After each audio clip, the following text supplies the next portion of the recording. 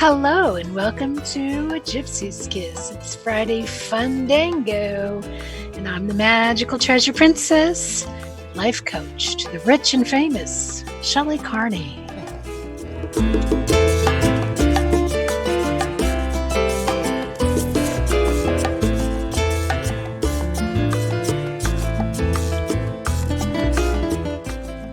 And I'm Toby Younis, Administrative Assistant to the Magical Treasure Princess, and her Chief of Security. Don't come within 6 feet.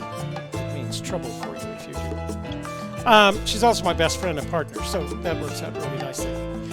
Anyway, thanks for joining us tonight. We're glad you're here. We've got some things going on. We got some emails. We got some voicemails. We got a bunch of text messages. I don't know what's going on. We have some roosters that have reappeared after being lost for a couple of days. So we'll make it happen tonight.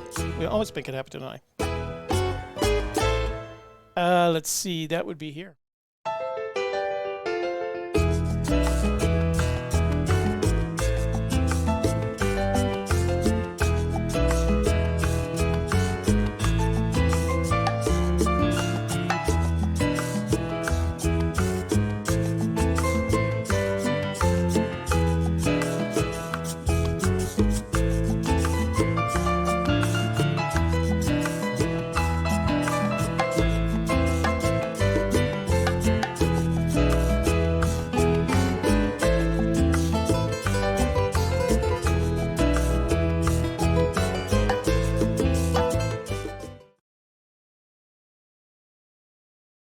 Cursor here. What's going on over there on that end? Where, here? Yeah, why are you laughing? I was showing you my shirt. Oh, you were what? Showing you my shirt. I can't see your shirt because I'm... Still... Oh, wow, muy muerto. Where did that come in? And sparkly, too. Where did that come from? Well, it came from... I can't see New it. Mexico! New Mexico. Nice. Very cool. Yeah. Very muerto. That's right. Since it's May Day, right? Well, I May Day. celebrate it as a communist, so... Communist? Yeah, May Day. What The is commies that? used to... What is Commies that? used to sell... It was the International Communism Day. They don't celebrate it anymore, not since the Soviet... the Union of Soviet Socialist Republics fell apart in 1985, 86. When was that? 90s? After Gorbachev. Now it's May Day, though. So first thing I want to do is take care of some business. Housekeeping, you want towels? Because towels are muy importante. Remember, before you leave tonight, to like our video. YouTube likes it when you like our video, and ask the Magical Treasure Princess.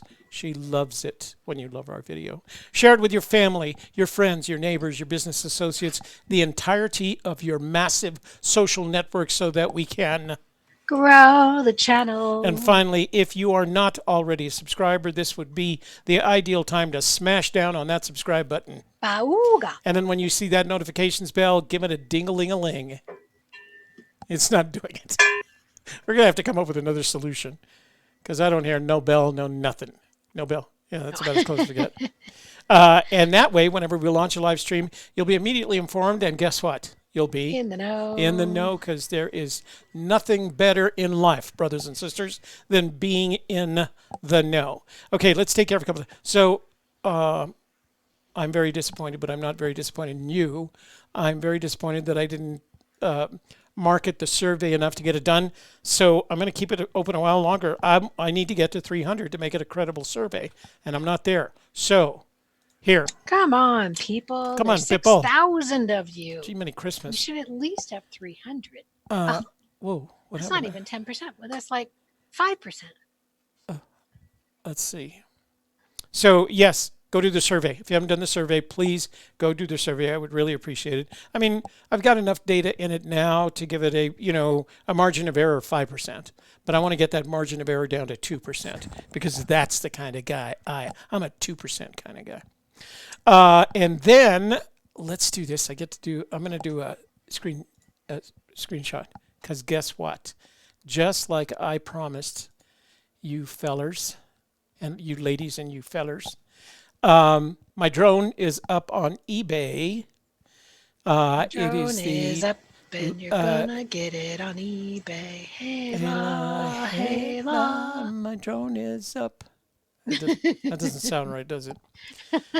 That'll get us demonetized, I'm sure. Well, So it is a Mavic Air Red. I'd call it low hours. It has those are. It's never been crashed.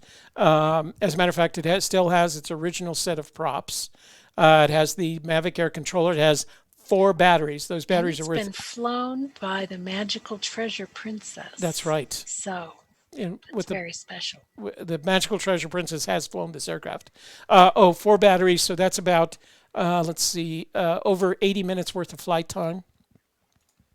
There it is in its custom-made case by DJI. You get the quick start guide. You get 4 prop guards that I never even unwrapped because I'm not a prop guard kind of guy either. I don't need them. You get an extra set of props that have never been opened.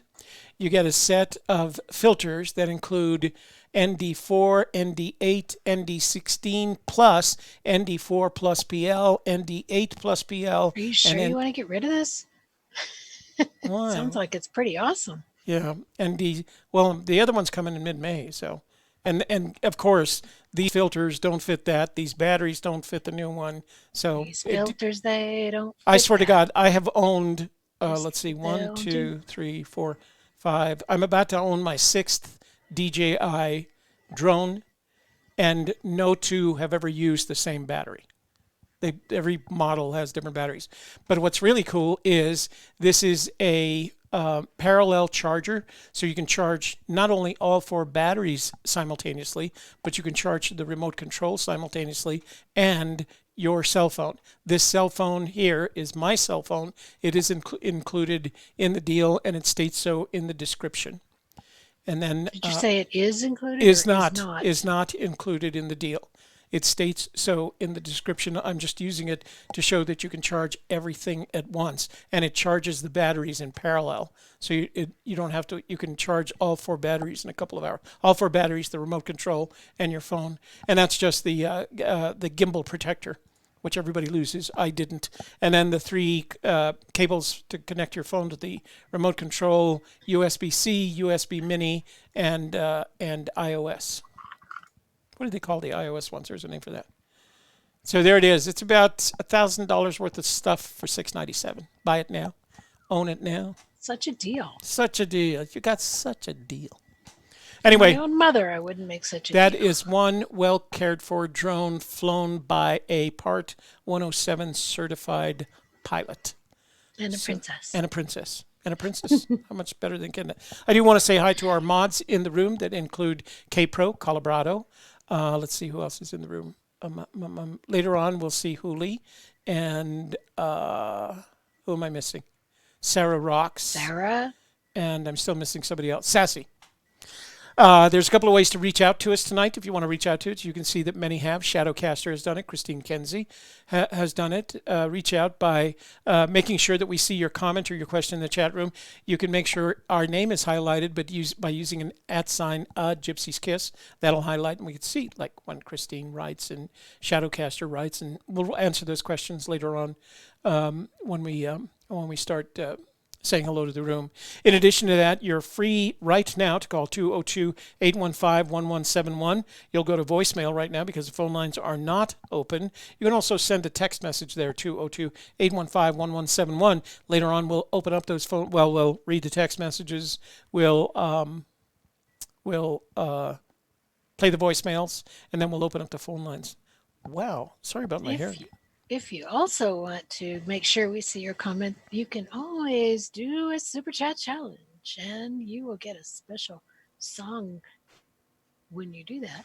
All you got to do is click on that stylized dollar sign at the bottom of the chat room, and YouTube will take you down the road to show you all the stickers and wonderful things that you can purchase with your Super Chat monies, and we get some of that, so that would be fun and awesome. That would, and then the last thing I want to mention. So I told you about the live stream.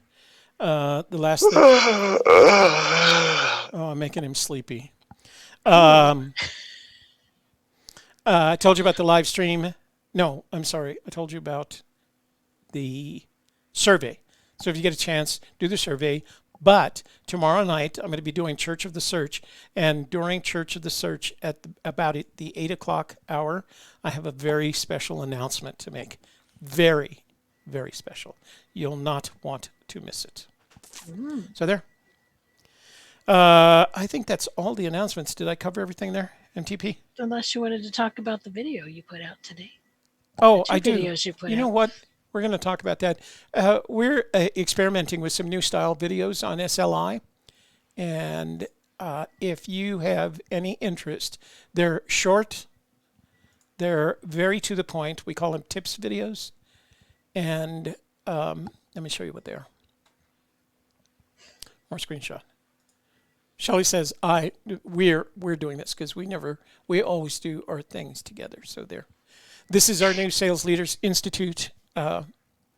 And we were doing a lot of interviews with salespeople and artists and people who sell and market.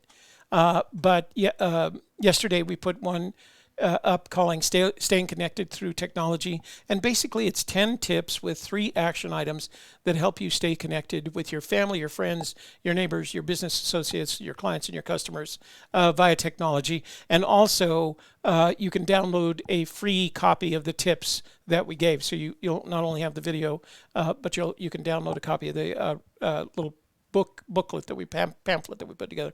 And then today we did, why isn't that thumbnail correct? Today we did Finding Inspiration, and I think it was 8 tips and 3 action items. Plus, we put a link to one of my favorite videos in the whole world, the speech that Admiral William McRaven made at the University of Texas commencement in 2014.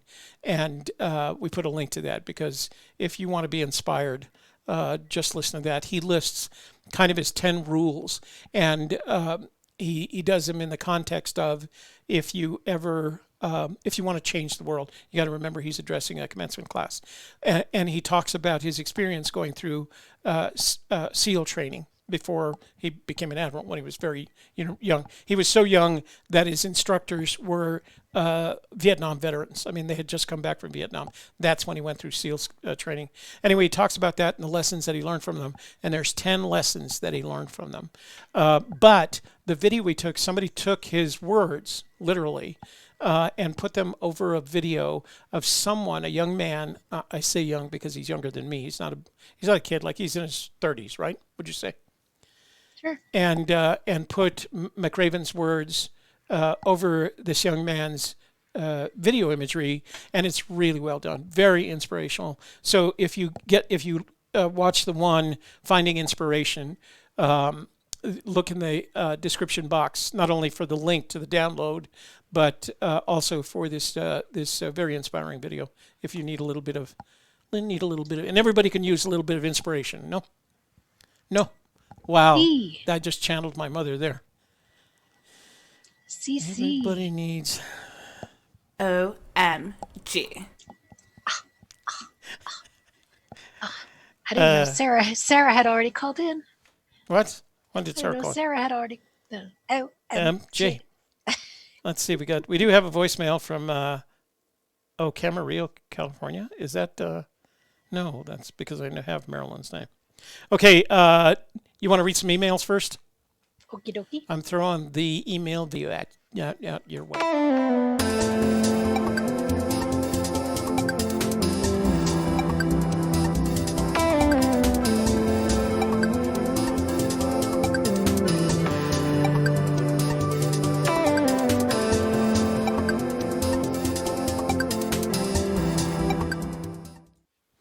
All right, hit me with some emails, baby.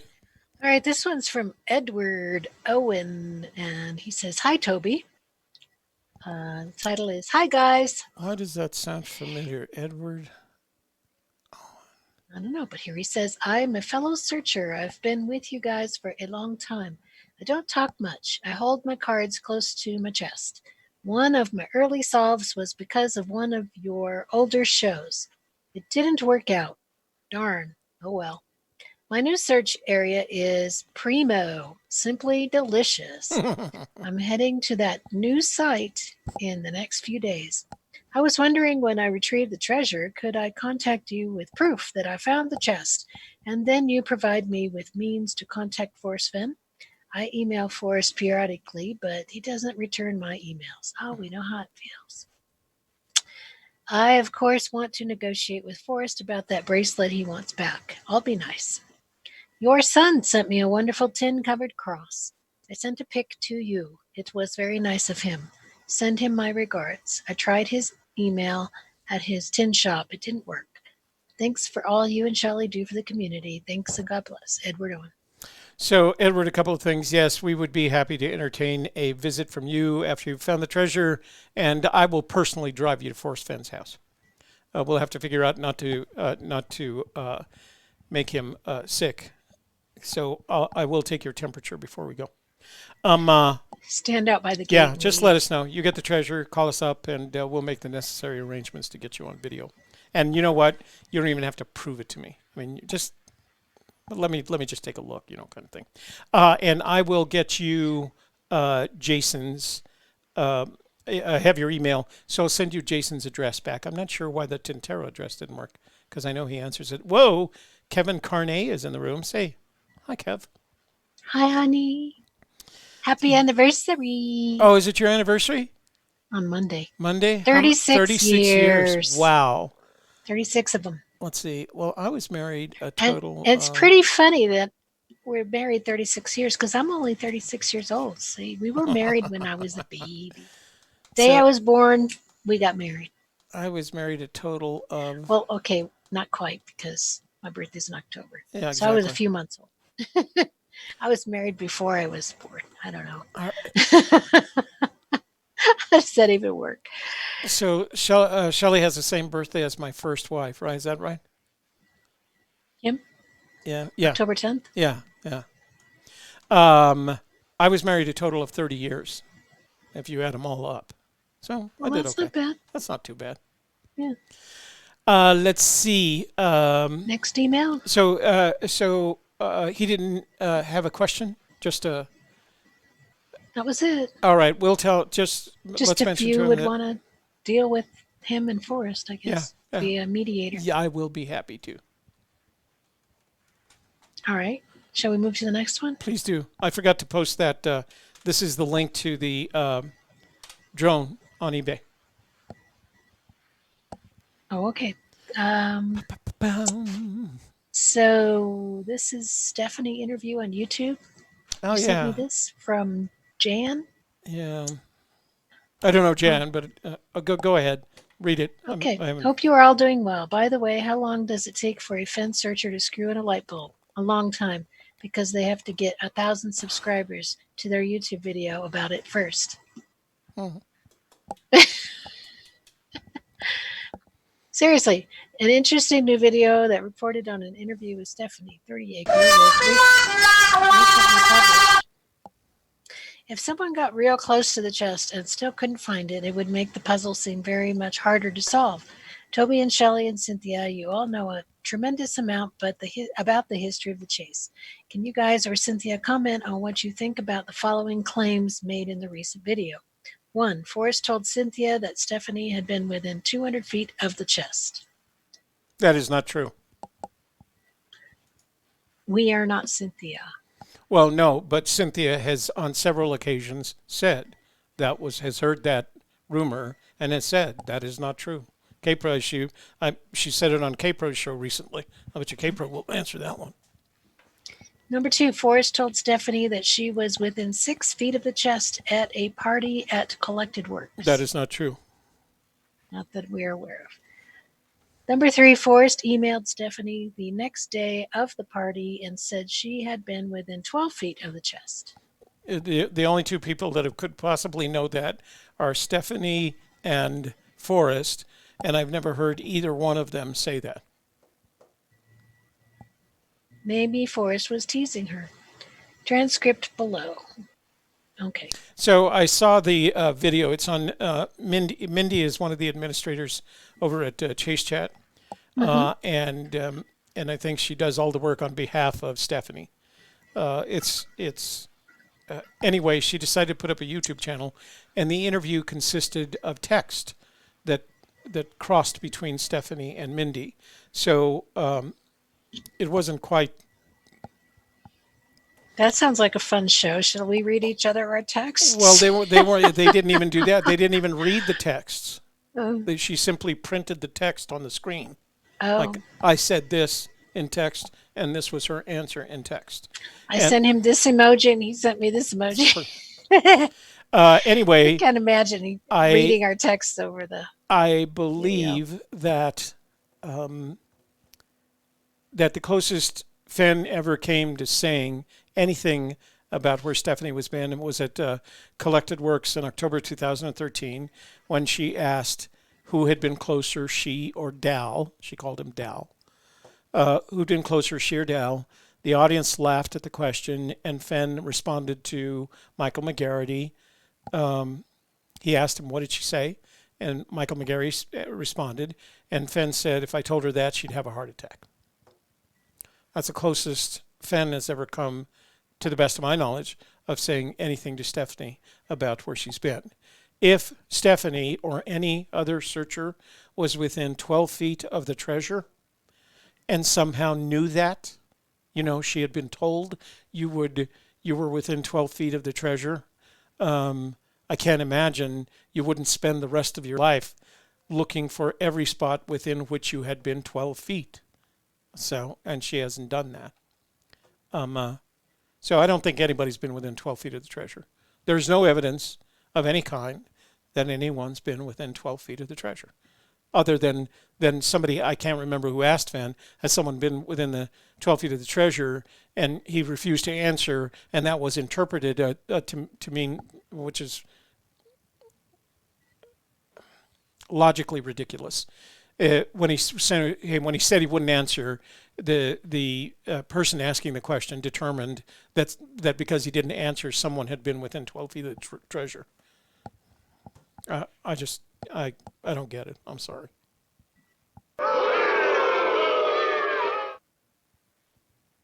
Anyway. Alrighty then, moving on.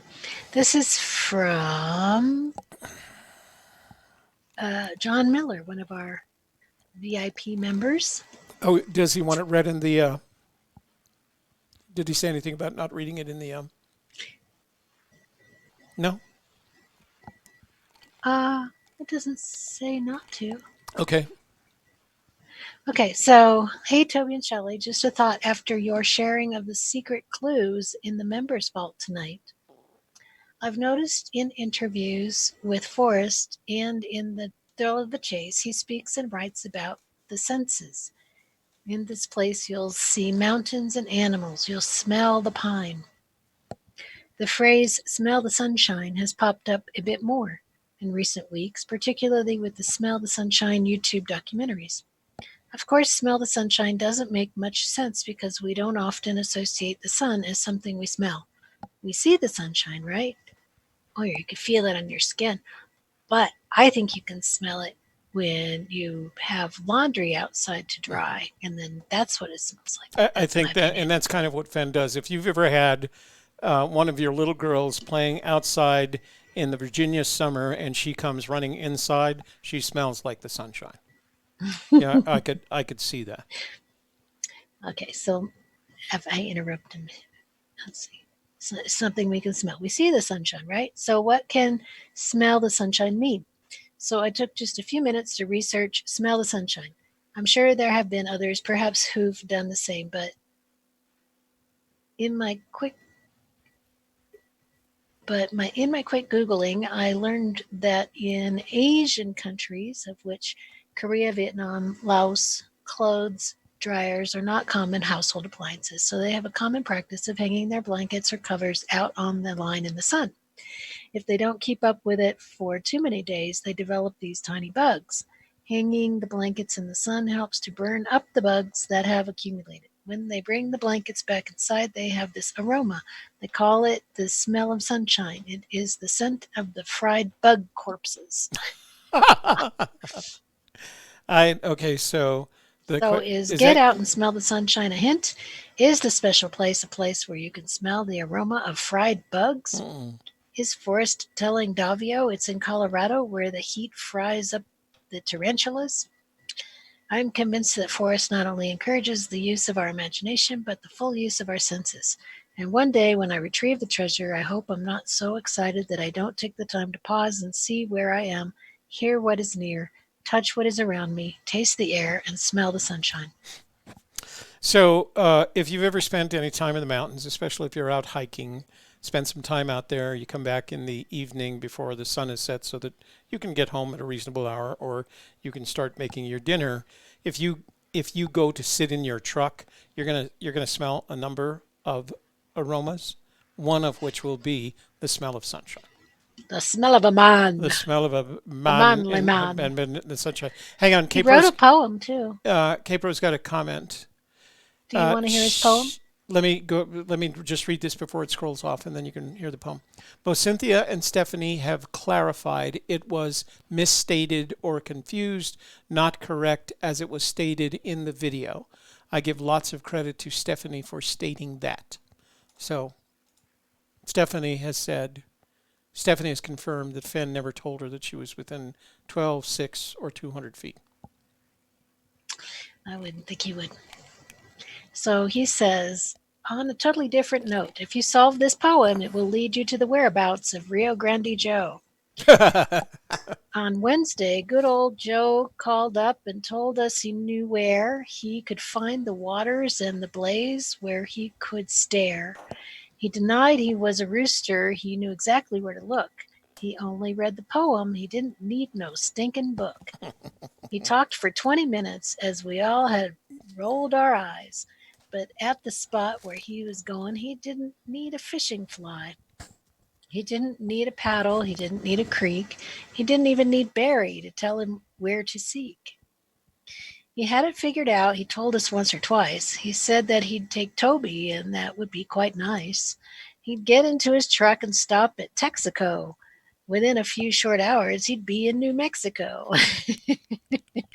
He was sure it was up north without a hint of doubt. But when he got to New Mexico, he headed for the south.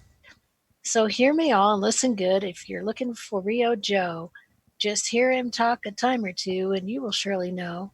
He's absent from the channel. He's waded in the creek. The treasure he was hunting was not where he would seek. We miss his wild perspective and thoughts of the pursuit. But Rio Grande Joe has seemed to have flown the coop. So where is Rio Grande Joe? I think I have a hunch. After he was boots on the ground, he stops to have some lunch. He thought about his lady. He thought about his exes. I think we all really know that Joe is back in Texas. That's cute. Because all your exes are in Texas. All right. What else you got? That's all I had. All right. Well, I think I can go back and say hi to the folks in the room. You ready for that? Sure.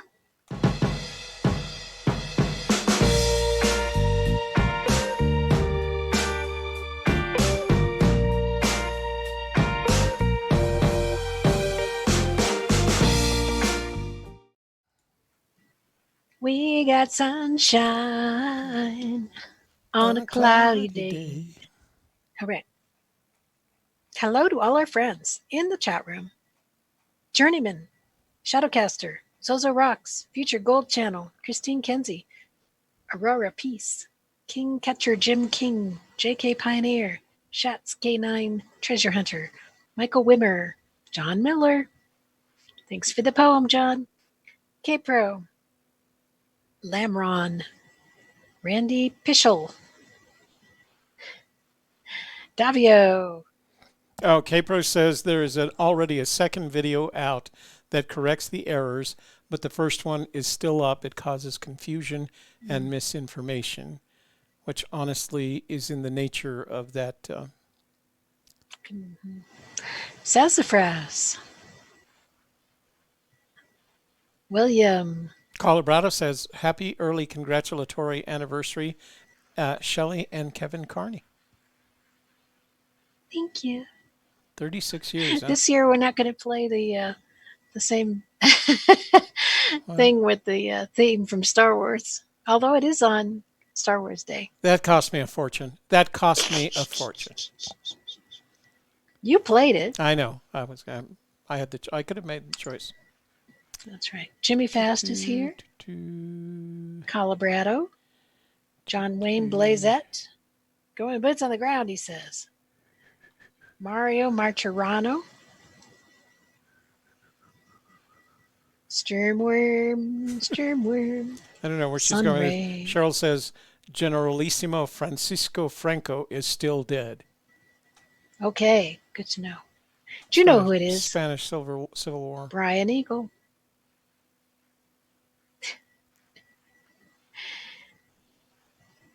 Cheryl is here. Oh, you just said that. All right. I think that's it. Yeah. I didn't see any questions. Kevin. Debbie Teal. LR. Patricia Marine. Hola. Patricia, we read your hola. Happy second day in England. I don't know what that's about. People have some very odd messages in there. Laurel and Hardy Seeker. Oh, by the way, so Mr. T. There's going to be several of you that can't send text messages, and I'm not quite sure how to fix it. The other night, I was cleaning up after the show, and I was deleting text messages. And whenever you delete them en masse, a message pops up, and it says report junk or not, or some, I don't know what the other thing is, and I accidentally reported junk. So, and you know who's amongst them, and I know it's going to be rough, is Ken from Oklahoma. So Ken from Oklahoma, the minute you get in this room, send me a text message because I think I fried you, not Gary intentionally. Galloway and Leaky Stick.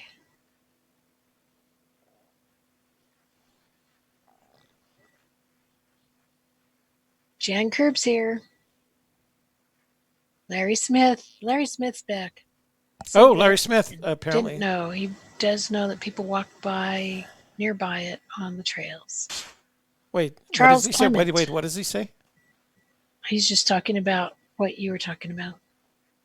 Oh, I thought he was talking about his experience. Said from that last somebody week. was within 200 feet of the treasure. Oh, yeah. Bloody, bloody, blah. Well, that Charles Clement. MJ Inzer. No. Journeyman. No. Journeyman. Journeyman. Joe. Jose Guichard. Wow, look Jam at you. Calhoun. Swami. How I love you. How I love you. My dear old Swami. Ron Leake. Dave Headloom. Good evening, everyone. Larry Smith says, I spent 2 days excited by location, but did not find it. Yeah, Larry, don't feel like the lone stranger, brother. That's everybody's first experience. Jeff Anschutz. For Fennist 4. Buenos tardes. New Mexico solve in hand. Actually, it's noches. It's not tardes. Well, depends on where you're at. You're in Hawaii this afternoon. You're in Hawaii, yeah, exactly. Chasing Indy. Hey. Who else? Jan Kerb. Laurel and Hardy. We got Charles Chapman. Stacy Harwood. Tim Sims. DB Cooper.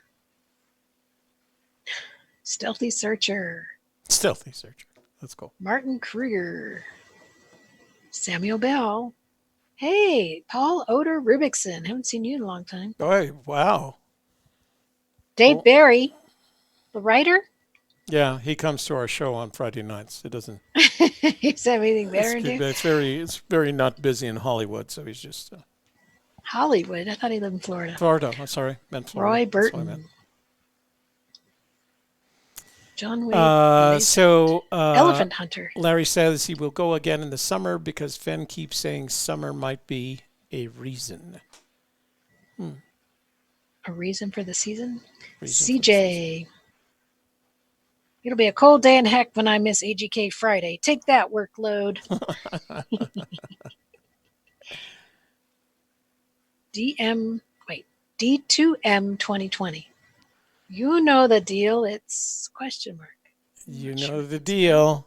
Who is that? Is that Will? That's what Will always says. You know Oh, the deal. DM 2020. It says Uh, D2M. Bertha, Birdie, Oztesh. Is NM open yet? Not that I'm aware of. The governor hasn't opened up the state, has she? No, she hasn't. Let me go to IHME and Mark check it out while you're doing G. it. Ta-ta. Cheap Girl Jody.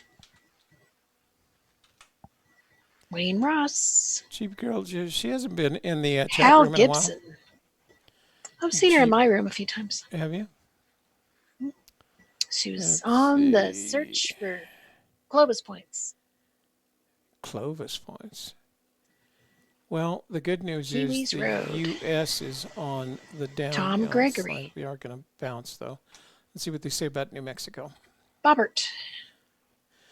Nuevo Mexico. Let's see. So we're 9 days since the projected peak, and that's about right. And Oh, we got a cha-ching. we do? From Jeff. Jeff Anschutz.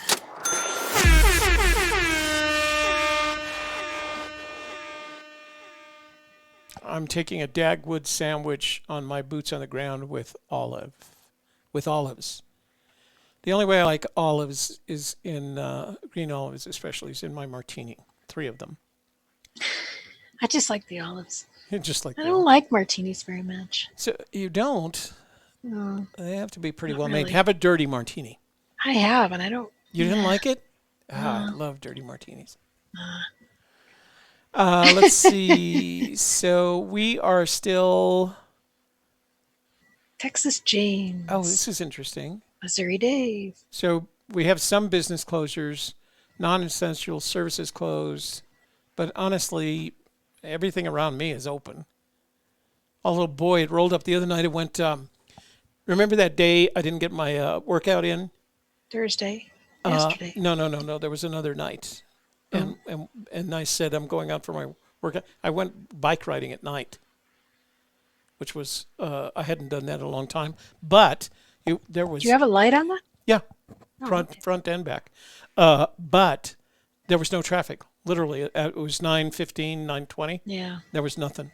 I mean, it was like they rolled up the streets. So New Mexico is not open, but we're way off our curb. And so we're now projected to be 0 at June 2nd. So we could be open by summer, right? Or before. The summer solstice is the mid-June. Yeah. Got Wildcatter's daughter and Doug Carver. Because I can. Thermopolis. We've been to Thermopolis. It's below 5,000 feet. It is. But it's a definitely nice below. place. It's a I liked nice it. place to visit. Craig O'Hare. A couple of good meals there, but it was It one is of Will, those. D2M 2020. It's Will, he says. Oh, it is Will. Yay, Will. No, I said that one. Future Gold Channel. Once a year martini. Pizza, pepperoni, beef, black olive, green olive. Pizza. I don't care for pepperoni on my pizza. I do like the one they make at Dion's, which is the one that we like, the Tuscany. Tuscany. It's got all kinds of interesting things like pine nuts, Artichoke hearts. artichoke hearts. Yeah. It's really good. Yeah, it's the only one. It's the only one. If I tell her that I'm going to order that, she'll say okay. If it isn't that one, I don't think I've ever seen you eat another pizza. Actually, Well, that's Other just the than one the I like dance. the best. But Yeah. we used to eat them over at that Amore.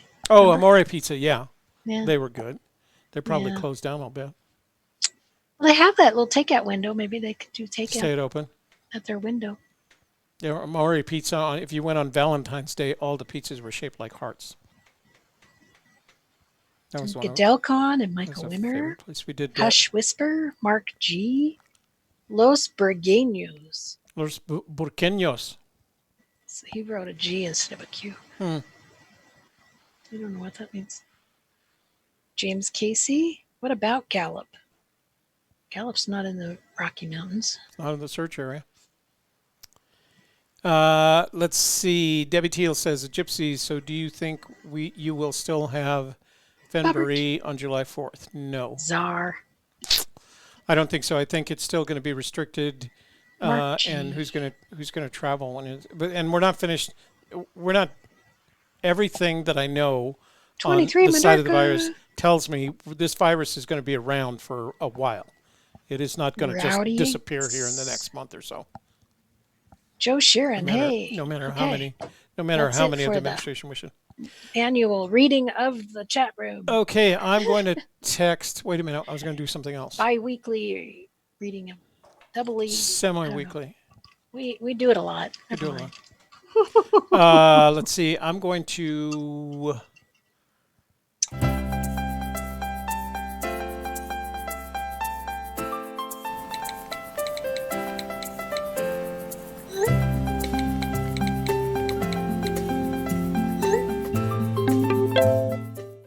Bling bling. Well, the Gallup area, the Gidelcon, that's because the Gallup area, which is mostly the Navajo Nation, is our hotspot in New Mexico right now.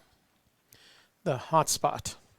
All right, we have some text messages. This is from Joe Sheeran in Michigan. He says, hello, Toby and Shelley. I think you will appreciate Smell the Sunshine's latest presentation on Forrest Fenn's My War for Me.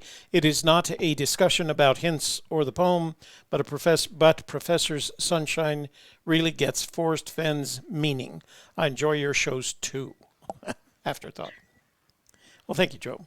We'll take a look. Well, we've taken to watching his video while we're doing the study in the membership vault and the member VIP membership, and it's almost like he's there so that he can give us his opinion as part of our discussion. So that's nice. So if you're a brand new searcher, what's the first thing you want to do is read the book. So we're going to read the book, and then we're going to also at the same time match it up to the poem. So what did this chapter say to you about what do you see in the poem? How do they fit together? So we're going to work the poem and the book together. Now you can join at any time. It's going to be an open door membership. In the bonus section on the member vault, we have added 2 videos that Toby produced. Is he saying there is stuff in life that isn't worthy of spending time knowing, or that the real test of your intelligence is knowing the stuff that everybody else thinks is not worthy of knowing? You know, when he talks about no special knowledge is needed to find the treasure, but maybe you need to know those things not worthy of knowing in order to find the treasure. Aha. I like those things that when you talk like that. Let's see. Maybe you need to know those things not worthy of knowing in order to find the treasure. There you go. What's going on? Talk here? like that again. Oh. Let's go back. So join. So join. GypsyKiss.com. We have fun. We have fun. And Corey wears his mask, so everybody's protected. Bless his heart. Okay, morning. I think I figured it out. This is Melinda Cash. It's in New Mexico. Yes, we agree, Melinda. I have a question for you. Did Rio Grande Joe ever get back to you? No, he has not. I think I know 300 miles from Toledo. Why all those actors? Why all those presidents? Why all the end of the rainbows, other things? I want to be anonymous. Why? I want to be anonymous. I want to be anonymous. I want to be anonymous. If you want to be anonymous, state so at the beginning of your it doesn't do you good to do it at the end, because I'm just going to read to that part. Let's see. And get surprised at the end. Yeah. We like a surprise. Let's see. Have you had the opportunity to mount the peridot we sent? Just curious. Oh, this is from Mel. No, I haven't, Mel, because I haven't gone to Rio Grande Rio Grande Supply to get the mounting. Shelley and Toby, all I can say is the St. Corona print is absolutely fantastic. I am so blessed. Thank you so much for your kindness. Mel from Oklahoma. No, Mel, I have the stone, but I haven't set it yet. He's been romancing As a it. matter of fact, what I'm going to do is I'm going to wait till you send the second one for Palmer, and I think I'm going to take those two and send them to Everly, who's Palmer's older sister, and baby Palmer. So then when they turn around 12, my daughter Erica Ray can give them to them. Hello, this is Rosalinda. Oh, I did that already. So this is one of our old friends from New Mexico. Where did she move? She moved someplace. No, I don't know. They were living on a boat for a year. Oh, that's what it was. They were I don't know traveling. where they went after that. They were traveling around the world on a boat, right? He was a doctor. He's like her husband is. He went to engineering school first, graduated from that, and then went back to school to become a medical doctor. And then he built a company that started producing well-engineered healthcare technology. And so at some point they decided they were going to take it. Was it 3 kids? 2 girls and a boy, no? Little gymnasts. Yeah.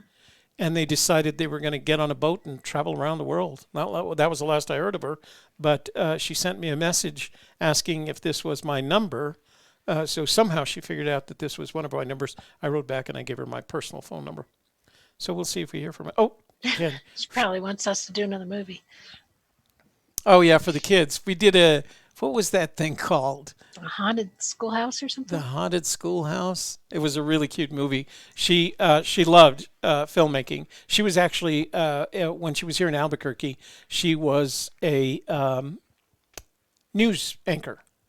And then she, as their relationship, there got to be a point where it didn't pay for her to be a news anchor, just to stay home. And but then she got real involved with her kids at school, and she contacted us, and she wanted to make a movie with the kids as a project with the kids in school.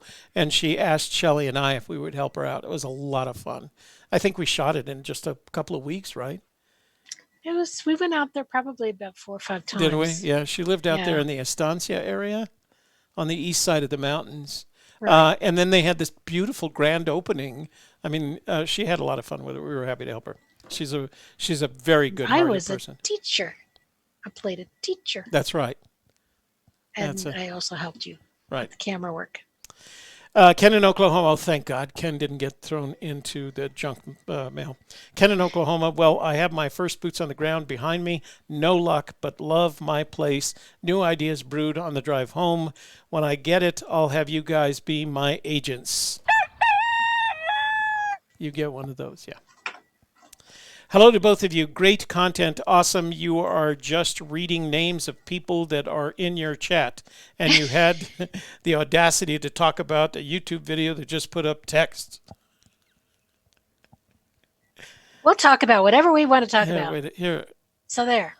Shut up. Shut up.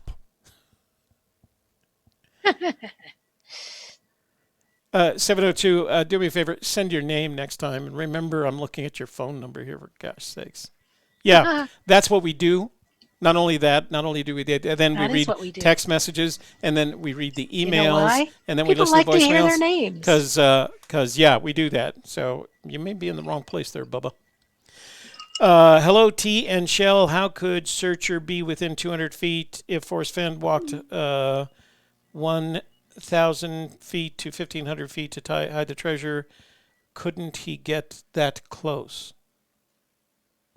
Oh, it's me, Ozzy. I'm not sure I understand the question. It is possible that he walked 1,000 to 2,000 feet from the point, but if I remember correctly, Forrest indicated that people had come close to solving the poem, like they had gotten the first 2 clues and had passed within 200 feet of the treasure or went by the treasure. He said that in several ways. So I think I don't think there's any relationship between where he went versus where people found themselves close to the treasure. Okay, that's it for text messages. Let's go and listen to voicemails. We're going to listen to voicemails. Ooh. You know why? Because Will called it? Because we can. That's why. Oh. That too. Because it's our show and we get to do what we want. Oh, Camarillo, California. Is this in Maryland? No. Marilyn would have her name. I haven't. No, she's anonymous. I haven't listened to this voicemail, so I don't know what's going to happen here. Be prepared. Oh, Tony, this is Claude Dean. We met at the World Series of poker there in Vegas this last time. And I always follow your program, Gypsy Kiss. And I heard that Tony Hemman was willing to give some of the lovely necklaces to women that didn't get anything. Anyway, I guess I better make this fast. I wish my wife didn't get anything, so that's the reason I called. And my number, not my number. Oh, don't do that. I think he's going to leave you his address. .com, and it's spelled Claude without an E. Okay. Anyway, I hope you get this okay. And if Tony's generous enough to do that, that'd be great. I know she'd love it. All right. Anyway, have a good day, and I'm waiting for that Mavic drone to come on eBay. Okay. See ya. Bye. Well, GoodellCon said the auction is complete. Or somebody grabbed it already. Huh? They knew what it was worth. Okay, Claude, I will make sure. Claude, that was very kind of you, because that's what Tony even said that, because I said, if we hear from the ladies, I'll forward those. And he said, well, there might be some guys. Tony said there might be some guys that want one for their ladies. And Claude did exactly that. So, Claude, I will forward that information to Tony tonight. And then you guys can start exchanging emails, okay? Thank you for doing that for your lovely wife, by the way. Okay, I think that that's by the way, this this lovely necklace was crafted by my best friend with a fire opal. And I guess you can tell them about the rest of it because you're the one that made it. So I made it with what they call metal clay, and with metal clay you actually make the piece of jewelry. So you can buy it in bronze, brass. I don't think you can buy it in brass. You can buy it in bronze, silver, and there is gold, but it's very expensive. And it's made with clay. But then when you put it in the oven, the clay bakes away and it leaves the metal. And so I used I used copper for that. Did the design myself, made the design, added the stone. And I didn't know anything about this stuff before I did this. This was kind of my first project with it. Spent $700 on a kiln that I don't think I've ever used since. But anyway. Do you still have it, or did you sell that? No, I still have it. It's sitting up there in the you had sold it. attic of the closet. Of the garage. And so I wanted to make something special, and I knew her stone was opal, but you can't cook an opal. You can't put a real opal in the oven because it'll just shatter. And so I found the fire opal, and it looks very much like a ruby, and put it in there. And then I didn't like the copper because it was tarnished, so I plated it in silver. I did a chemical. Not nickel? It was not nickel. I'm sorry. You're right. Nickel. So that it wouldn't tarnish. Anyway, I did that. Don't know anything about it. Couldn't probably do it again, actually. It was one of those things, right? Ken in Oklahoma says, Ken in Oklahoma, I have a technical question. Would it be possible to create a program that somehow grades a solve for probability? Ken, it would be dishonest of me to say yes. And the reason is I've heard I've been sent and I've heard hundreds of people's, you call them solves, I call them theories. And they run from the very, very simple. Actually, they don't. I was going to say they run from the very simple to the very complex. They're all very complex, and the only way you could rate them in terms of probability, you have to know what the goal or end result is. It's very different in the intelligence community. You can't rate it for probability because we don't know where the treasure is, right? We don't even know what state it is. So so let's say the theory that you sent was in Colorado. I can't tell you at this point, nor can anyone else for that matter, except for Fenn. I guess that's the answer to your question. The only person that could rate it in terms of probability would be Forrest Fenn, because he's the only one that knows where the treasure is. The rest of us are in the same boat. I could rate it, I'm a New Mexico, I believe it's in New Mexico. So if you said... Rate it whether it makes sense or not, but most of them don't. Yeah. Everyone I've heard runs over into the complex, and it always confuses me, because you think to yourself that he's always said make it simple. So yeah, I don't think there's any way to do it honestly. I don't think there's a way you could do it and be accurate about it. It would be a wild guess. What I can do when I have heard them, the advice that I give them is in the context of what Forrest has said. So they can tell me something, and I can say to them, well, your theory does this, but Forrest has told us this, or Forrest has said this, or Forrest has written that. That's about as much as anybody can do. So I'm sorry it isn't better. I'm sorry I don't have a better answer for you, but Gadel He Khan needs to tell us where it is before he passes. So, it's gonna get crazy. He's going to call you and do that. Okay. Gadel Khan says rooster theory.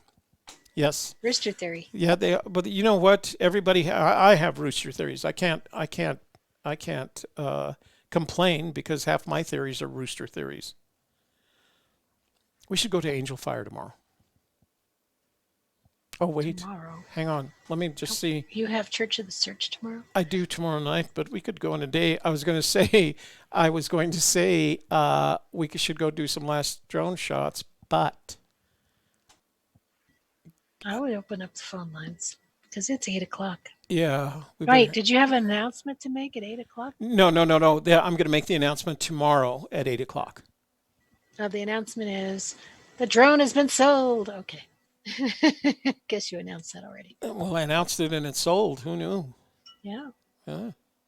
Well, it's a good little package, and it was well cared for, and it's very... Do you want to go somewhere tomorrow or no? Well, I wanted to go to conjecture? Angel Fire and get some drone work done at Angel Fire. Oh, but you don't have a drone right now. But I don't own a drone now, and I won't. Yeah. So when the new one comes in, we'll go up there. Because it shoots. That'll be good. Because it shoots 4K 60p. You can't go on the 16th if you want to do a webinar that day, though. Oh, you just spoiled it. Oh. Was that the announcement? You're as bad as me. Okay.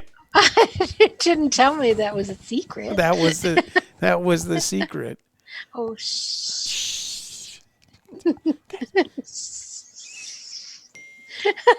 So I had an Aunt Lucy, and my Aunt Lucy was the cutest little thing ever, and she was my favorite aunt, just favorite, and but she couldn't hold her liquor. She literally could not hold her liquor. 3 beers, and it was funny because she'd be going like this. She'd go. She was like a classic, like a person that was totally drunk. Like a person that had a bottle of liquor, but it was like 2.5 beers, and she'd be going, just don't tell your mother, because I can't let her know that I had this many beers. And it was just like somebody had said, Lucy, we'd like you to be in this scene right here, and you have to pretend like you're drunk. Okay, just do it. But she was drunk. I have my mother's side of the family is just the most amazing storied. I had an uncle that they all served. All the men served in the military. I had one uncle that served in World War II, served in Korea, flew from India to China, the hump. He was my Uncle Carlos, and the thing the reason we were talking the other night on the member vault, and I was teasing Wade because he kept calling them placer nuggets, and I corrected him. I said no, it's placer. They're placer nuggets. That's how it's pronounced, and he I was going to tell him how I knew that. Here's how I knew that. My Uncle Carlos, the I don't want to say he wasn't crazy. He was the adventurous one. He Is once, he one that hung out the window and shouted? yeah, that one. He would drive around. Well, I'll tell you that story next. He's the one that I stole the motorcycle from when I made that trip to New Orleans.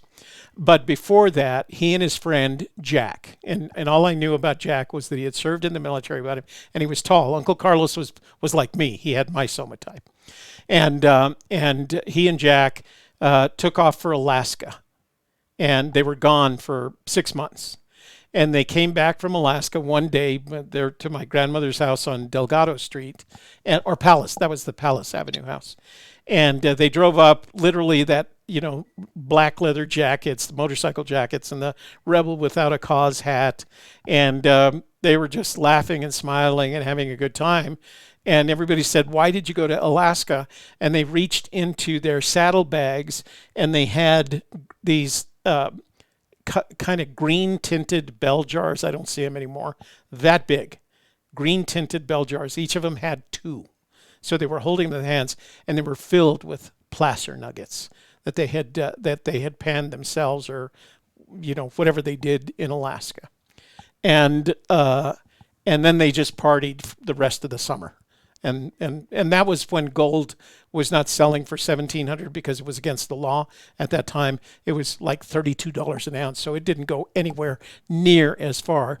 But he would have had, if he had just waited a little bit longer, he would have had He his... wasn't the type to wait. No. He would have had that retirement in his hand. And he was single for most of his life. And then towards the end of his life, he married a woman who I remember his name was Phyllis. And His name was Phyllis? No. The woman's name was Phyllis. Hmm. And she was not as crazy, but a little bit, I don't know, in Spanish we call them chueca. They were a little bit off, right? And they moved back to the ranch in Abiquiu, and they lived out their lives happily together at the ranch in Abiquiu, just running. And I'd go up there every time I'd come out. I'd go up there to visit them, if I came out to New Mexico, and just kind of check in on them. And it was just cute. They weren't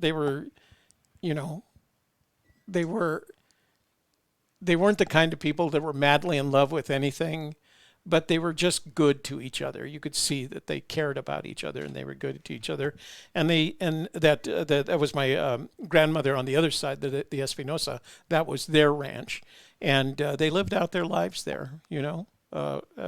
Caring for the ranch and raising a couple of head of cattle and some goats and things like that. So he was a good man. He was the one. Are you going to open up the phone lines tonight? Oh yeah, let's open the phone. I'll just keep telling stories. Yeah.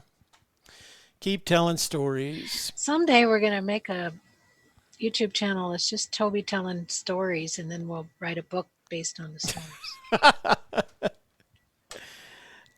Oops, wait. One from Ken from Oklahoma. Or maybe we'll do that after the treasure gets found Ken this says, summer by all you roosters. Yeah, somebody's got to bring back this treasure. We got a lot of people promising they're going to bring back the treasure, and I'm not even sure why they want to tell us about it. You go to Fenn's house. Knock on his gate on the outside. He'll get on the speaker. Doorbell, isn't there? Well, he's Out got there at that. the gate? He's got it's a doorbell There's a with a bell speaker. thing.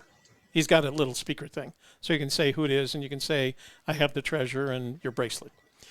Let's see, Ken in Oklahoma. If you guys know the story of Filipino fisherman Pearl, I'm sure the audience would like it.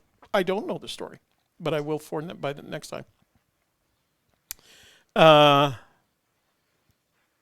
It's banner time. Hi, Toby. It's banner time. Karen from the VIP. What does that mean? It's banner time.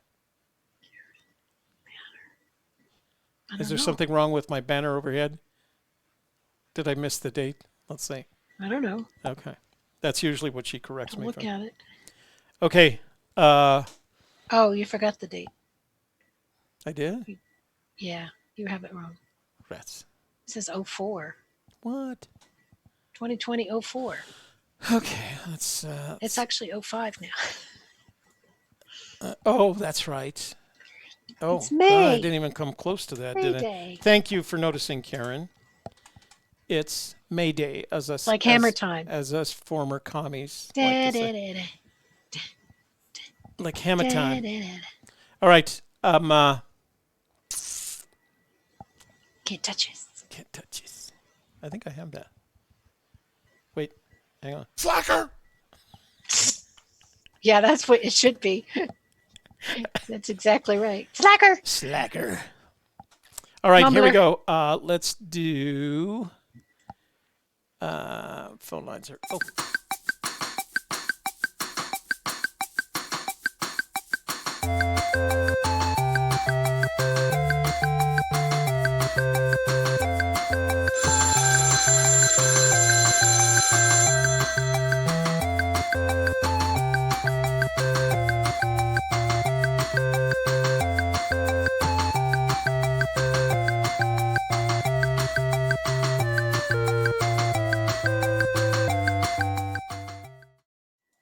So CJ says, my stepfamily are Espinosa.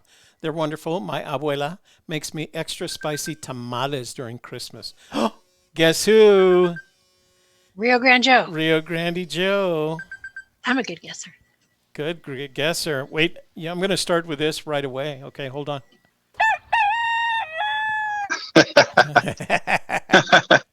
I'm the lead rooster. Yeah. So How you doing, where you Toby been? and Shelley? We're doing fine. Hello. I've been down south. I got back home yesterday. Yeah. I sent you a text with a picture or two, but I don't know if you got it. So I didn't. I haven't seen it. So I did get the text saying that you were down south looking for the sublet treasure. oh, that's the last one. Yeah, Okay, but that sounds like yeah. That's the one I had some good leads on, and yeah. I found what I was looking for. So I had to explore a little bit, and Yeah.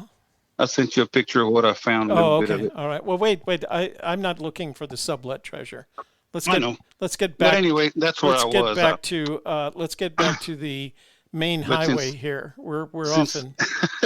Since that one's worth more than this one, I was out there first. Oh, I see. Okay. Yeah. How do we know it's worth more? Oh, it's a lot of placer gold out there. Placer, did you not hear my story just now? What's that? It's placer. It's not placer. Placer. Yeah, placer. Us Mexicanos say it different. Again, yeah, that's what that was. Placer is placer in Spanish. Is what you're saying? Yeah, placer. Yeah, placer. So, what happened on your Forest Fenn adventure? Well, I'm getting ready to go to it. I hadn't been over there. Oh, I know there's no snow now. Oh, so you didn't go last week? No, I went down south and checked on my rental house in Carlsbad and cleaned it up some, and then I did that other, which is pretty promising. So. Well, now it's honestly, now it's the turn to this one. honestly, when you didn't show back up, What's that? There was last week when you didn't come back with the treasure on a Wednesday or whatever you promised. Well, from no, inside the- well, wait a minute. I'm going to tell you a nice story here. Oh, okay. So when you didn't show back up, I was, of course, worried to the extent that I could make a little fun. But there was a lot of people in the room who were worried about you because because we've had several people who have gone to look for the treasure and then we never see them again. They disappear. So we thought maybe Rio Grande Joe pulled the disappearing. Well, the leads were so good on this other one, I checked it out first. Okay. Well, let's get back to the interstate. So when the are you Fenn going? treasure, When are you going for the Fenn treasure? probably in the next day or two. Mm. And you got the right area. I heard you saying you wanted to go somewhere tomorrow. You're hitting the nose, the nail on the head now. What do you think of that? Is it Don? Is it Don Fernando? Mm-hmm. The Don Fernando Creek? Pretty close. Really? You got, yeah. That was one of our. Hang on, I got to clear my throat. And where warm water halts, cold water starts. Yeah. And that's on the map there. So we actually took a detour. We were coming back from Cimarron one time. And we had actually stayed in Eagle Nest.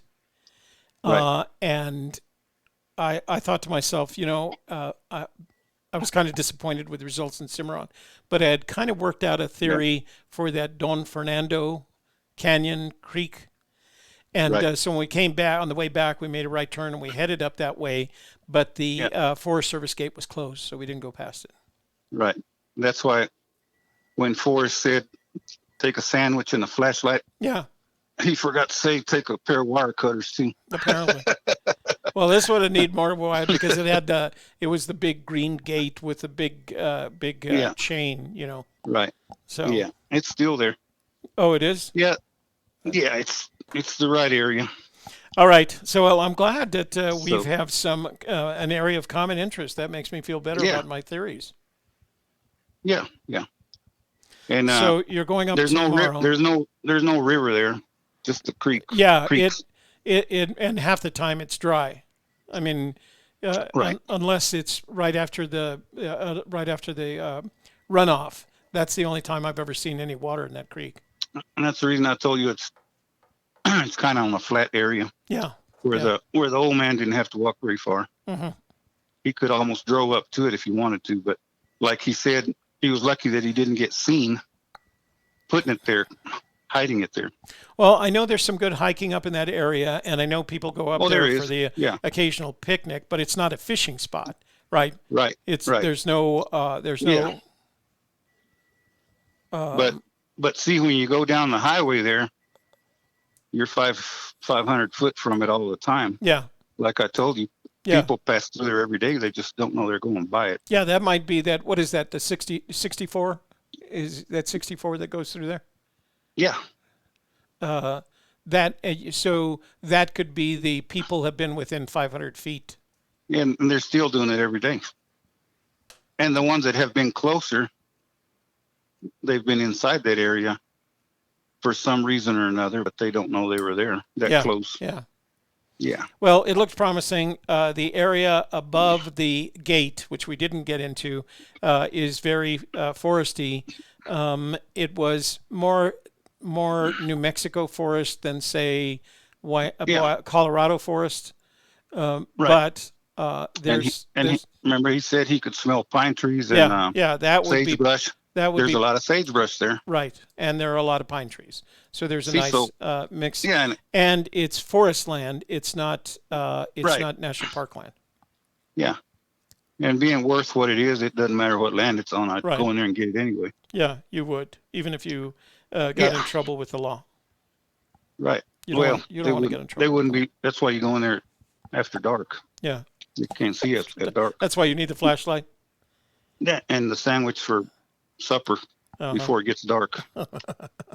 And when it gets dark, you have to look for the it's too bad. You know what? I would have almost met you up there just so I want to get some drone work around the Vietnam Veterans Memorial up there near Angel Fire. But this drone literally, I didn't expect it. It's sold tonight, so I don't have a drone right now, which is yeah, I don't have one either, so I don't even have the thrill of the chase book. I just have the poem. He said you could solve it just with the poem. You know what? You and I are on the same of the same belief when it comes to that. I read the book. I like the book, but I don't find anything in the book that is really helpful. I've seen some hints in there with the Spanish teacher and all that. La Señora Ford. Señora Vado. Right, and he slid down and he had brown on his trousers. And what kind of teacher was she? Spanish. What else? Yeah. Can you imagine? You put that Spanish and then the color on his trousers together, and you got the hint. Moreno. Exactly. Are you taking me up the Moreno Valley there? That's right. Es la casa del café. Yeah. See, it's not a real casa. You got to think it through. That's why I was telling you, it's better if you're bilingual like me and you are, because we come from a long line of explorers, conquistadors, and all that. Well, yeah, but and he mixed it in there with it, which is true. But we've got a bad reputation, so we done some bad things. Yeah, we did. We didn't, but both sides of my family. The ancestrals, but we didn't do it. I mean, but I do have a good story about my grandpa. Oh, you do? That is, yeah. I'll tell you that story one day too. So Journeyman says Forrest Fenn hit it on the Toby Trail up there on the Cimarron. Then he met me and moved it. It hadn't been moved. It just hadn't been found. Yeah, I agree. It's up there. The area I'm looking at is about. And you No, know why? not very much. You know why I really think it's up there? What's that? Because the Magical Treasure Princess has concluded it's up there. Yep, she's catching the hints I've been giving her. Yeah. And there's, what She else just- out there? I'll she tell you in just- Spanish. She just made a face at you. Okay, I'll me. tell you in Spanish another clue. Go ahead. Agua alta. Okay, so I know what that There's means. There's an agua alta there, and it's on the map, but it's in Spanish, and that's what he says. Heavy loads in agua alta. There's an agua alta up there? Yeah, right across from where you want to go fly that drone. Before you want to fly the drone? Yeah, but that's just for you, unless there's other Spanish-speaking people. No, there are other Spanish people. I'm going to have to take out my my maps of that area again.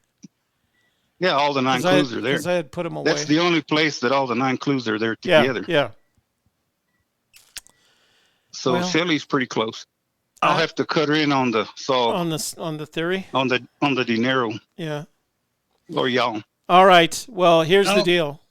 But anyway, Here's the deal. You're going tomorrow. I'm sorry I can't go with you because not that I want to go with the treasure. I did want to go up there and do some drone work, but like I said, now as of about 20 minutes ago, I don't have a drone anymore, and I won't have a new one. Oh yeah, I seen you. Until I heard you say you had one. I had one, but I sold it on eBay tonight. Oh, I put it up tonight and it sold tonight, so I don't have it anymore. Get the new one that come out. There's a new one that come out. That's why I sold it. I've already bought the new one. I've been looking at them, but I need one for South Texas down there at the Maximilian's Treasure. I need a drone Are you for listening that to me? Yeah.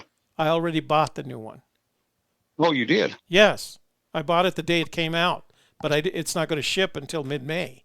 Mucho bueno. Yeah. So well, I'll go with you. Make I'll go with, you know what? I'll go do some. Go. Yeah, I'll go down and do some drone work down there. For what treasure is that? Yeah. Oh, the one down south? That's the biggest one, the Sublet? $1 billion one. No, Sublet's in New Mexico. Oh, what's in Texas? Maximilian. Oh, Maximilian's Gold. I've heard of it. 15 wagon loads with 2,000 pounds apiece. Yeah, you know what? That's $1 billion treasure. That's a good one. That's one of those that will be found by somebody doing some drone work. Because you can't Well, hide exactly 15. Right. You cannot hide. Because I know the area about 15-mile radius where it's at. Well, this new drone has a 35-minute flight time, and it comes with 3 batteries. I'll buy some more batteries, but that's a pretty good flight time. You can do a lot of coverage in 35 minutes. Yeah. From 400 feet. And see, those 15 wagon loads got burnt after they got robbed. But all the metal didn't burn, the bolts and the wheels. Yeah. And no, that's what I'm saying. I know where the spot that is, but that's somewhere close by is the big stuff. And this is a bigger sensor. It's a 4K sensor, so you're going to have this beautiful resolution on it. What's the flight time on it? 35 minutes of battery, 35 minutes of charge. That's great. That's great. Yeah. Yeah. That's good. I got my new 4-wheeler ready, and I'm ready to roll.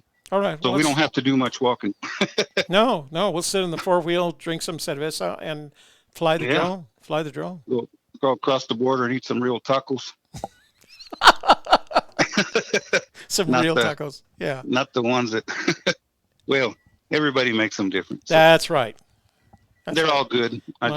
My mother made some pretty good tacos. Yeah, nobody cooks like our mama, so. No, you can't. Everybody's mama. Didn't have the greatest relationship with her, but man, she could cook. I'm telling you. Exactly right. Yeah. We'll see what happens. All right. Well, I'm going to be 100% sure, but I'm going to be doing Church of the Search tomorrow night. So call me when you come back with the treasure. Well, I'll probably stay there a couple of days and make sure everything's clear. Like Fenn said, he was lucky that he wasn't seen doing it. So I have to be careful. You have to be Well- surreptitious. Whether it's public or not, you still have to be. You can't go to a Walmart store and start climbing the back of it and Yeah. without nobody seeing you, what you're doing, what you're Right. up to. Right. It's the same thing. All right. Here we go. Yep. Muy bien. Cut me off. All right. You so just got the know what? alarm, buddy. I know it. So I'll look forward to hearing from you on Wednesday then, since I won't talk to you tomorrow. Yeah, I'll be ready to trade a Fenn for his belt buckle. So I, here's the you know what? bracelet, son. That would be good. Trade him the bracelet for the belt buckle. That's what I want. Yeah. Yeah. He'll probably do it. He don't need that belt buckle. Well, he doesn't He need can wear the, suspenders. he doesn't need the bracelet either. Let's I face it. know it, but I need the belt buckle. Sarah Rocks is in the room. She says, Shelley, did you see that from Sarah? Hello, you two beautiful people. Shelley, have you ever seen, oh, that's from somebody else. Ramblin' Mike's Tarot. Do you know Ramblin' Mike? No. All right. All right. Bueno, Yep. If Call me that's back. good enough. call me back on Wednesday, whether you have the treasure or not. Oh, I will. Right? Because people start worrying about you. We were worried. We thought you had gone to the Well, land. We thought we had lost you to the land of Tunarth. No. It's more dangerous where I went south, but Oh, okay. up here where Fenn went, it's just flat. You can walk across there and get the paddle out of the creek where he marked the treasure, and you got it. Yeah. All right. That's why it's not up the creek. He stuck it in the ground right there where the treasure is. All right. Here you go. I'm going to. There you go. Here, hold on. All right. Talk to you later. Y'all have a good night. Second Shelley, morning. Toby. Talk to you later. Thanks for checking in. Muy buenos. Muy buenos. You have a good evening. Buenos. All right. Talk Bye-bye. to you later. Bye-bye. Goodell Con, I didn't get the Mavic.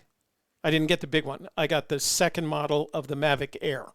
But if you look at the new Mavic Air, it looks a lot less like the original Mavic Air. The Mavic Air 2 looks more like the Mavic and the Mavic Pro, the Zoom package. Those are different models. I went back with the Mavic Air. So that's why. Yeah. DJI, you just got it. And they just re-released the Phantom 4 with a 1-inch sensor. So let's see. Toby, was one of your wives Russian? No. No, I did have a good friend that was Russian, but I wasn't married to any Russians. Friend.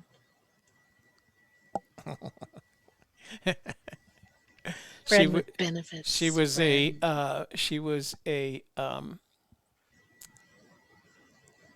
she was a translator, but she was also what do you call it? Fixer. So I was in Moscow, and I was doing some work for the CIA and documentary work, and so they assigned the representatives of the SVR, which is the Russian State Department, to each of us that were doing this work, because we had to collect a bunch of documentary work for President Reagan, because he didn't know anything about Russia, so the CIA had to put together a movie for him. So, no, I wasn't married to any Russians. Would have been a damned interesting relationship, though, I'm saying. Hey, you reached Toby and Shelley on A Gypsy's Kiss. Who are you? Where are you from? And what do you want to talk about? Well, good evening, Toby. My name is John. I am from Iowa. John from I Iowa. would like to discuss something I have found on the 200 and 500 foot searcher. Great. Well, And- so let's do some qualifiers first. Sure. He said the 200-foot people were searchers. He said the 500-foot, he did not refer to them as searchers. He said people have been within 500 feet. He didn't indicate they were searchers. But go ahead. Okay, Wait a fair minute. enough. I am getting you got my interest enough, so I'm getting out my notebook. Well, actually, it's not dealing so much with who was within a certain distance, but dealing with the information we can pull from knowing the distances from the treasure chest. Yeah. And what that is Forrest has always said that, these searchers have been within X amount of feet of the chest. Mm-hmm. And the problem I had with my solution was it never fit right. And what I discovered I was doing was that I was always taking those distances from the put in or from the trail or from wherever I was turning to move to the next clue. And I realized I can't do that. What I need to do is to take the distance from the chest. And from that point, so like I took a piece of paper, just a plain piece of paper, and I marked in the middle, and I said, okay, well, here's the chest. I drew a circle around that, and I said, okay, here's 200 feet, and then drew a bigger circle around that and called this 500 feet.